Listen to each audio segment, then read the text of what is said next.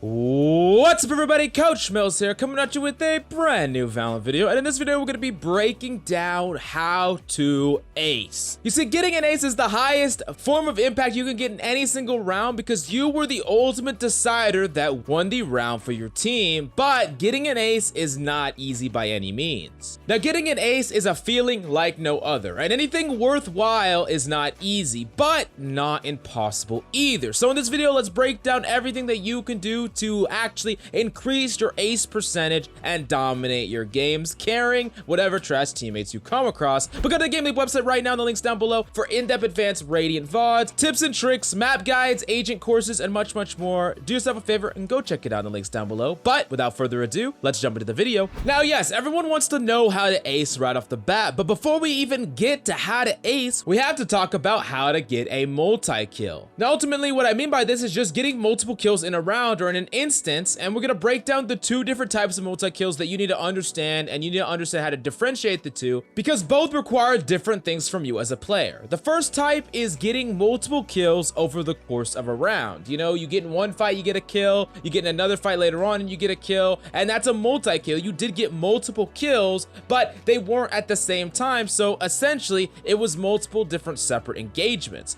Now, the second type is getting multiple kills instantly, which is much more difficult.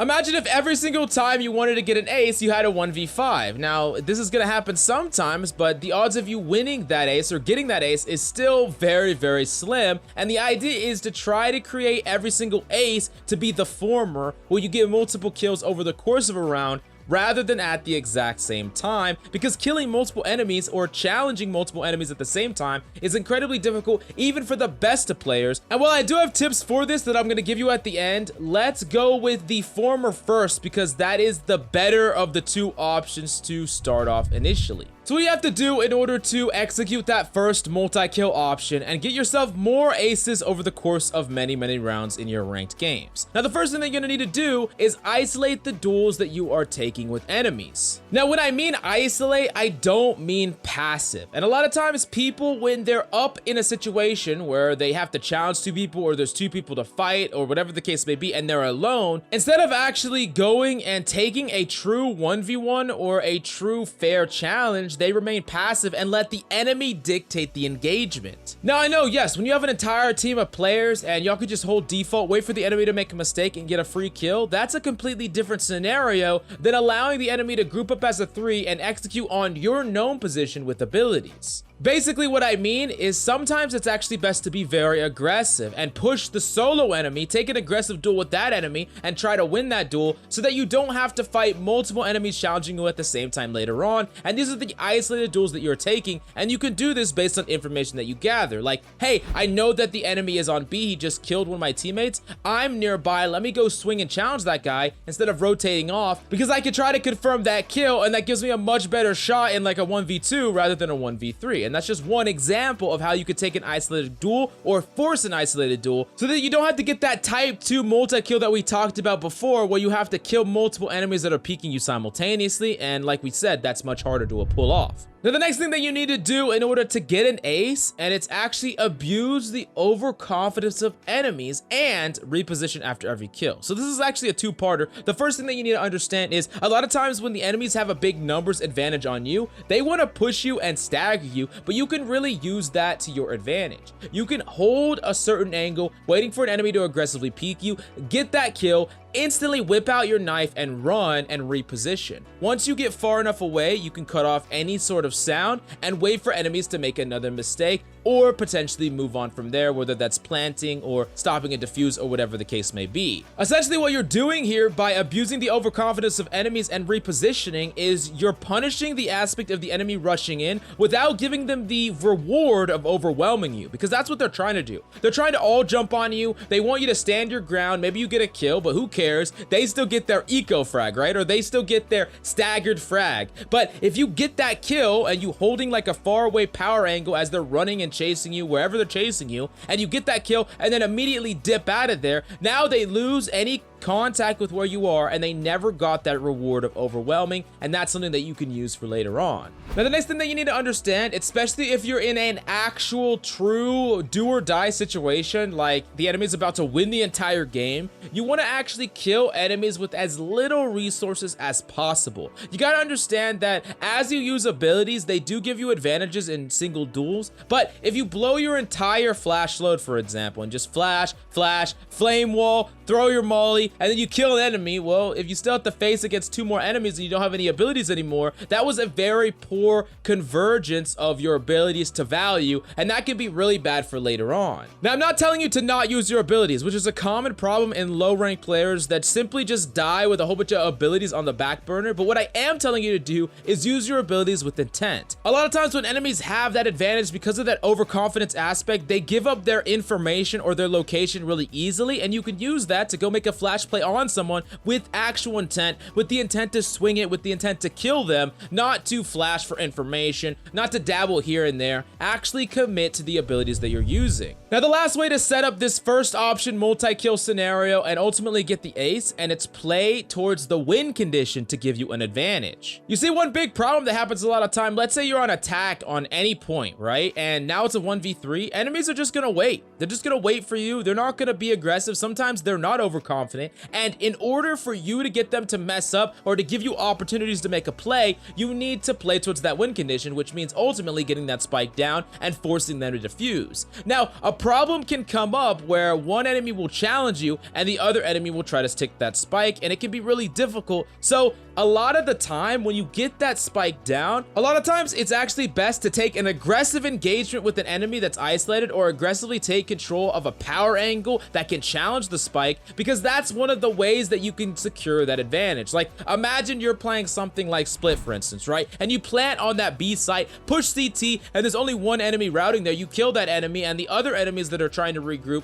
now you have an advantage because you killed an enemy and got a free pick out of the deal. Or you could do something like planting down below and aggressively taking heaven, even if that means challenging 2 enemies, because as long as you win that 1v2, you effectively have a very good matchup against the last person that you have to kill, because he's on the low ground, and you basically turned the win condition of the team fight into you having to fight 3 people at the same time, into you having to challenge 2 people at the same time, and that does give you better odds. Now, that being said, not every ace is gonna go the way you want to, and sometimes you're gonna have to tap into that second part of the multi-kill, which is getting multiple kills instantaneously, whether that means killing one person and instantly flicking to another, or being put in a scenario where you're getting challenged by multiple enemies swinging you at the same time. Now, that being said, if you incorporate some of these things, you're going to have a much better chance of actually coming out of those situations some percentage of the time as the victor, which can really just turn rounds that you have no business winning on paper. Now, the first thing that you need to understand is that information is key. Specifically, health and location are what you really should take note of. Knowing what an enemy health is can help you decide how to challenge that person. If they're very low, you can swing them aggressively or take an aggressive duel, even whip out your classic pistol because you know they're one shot.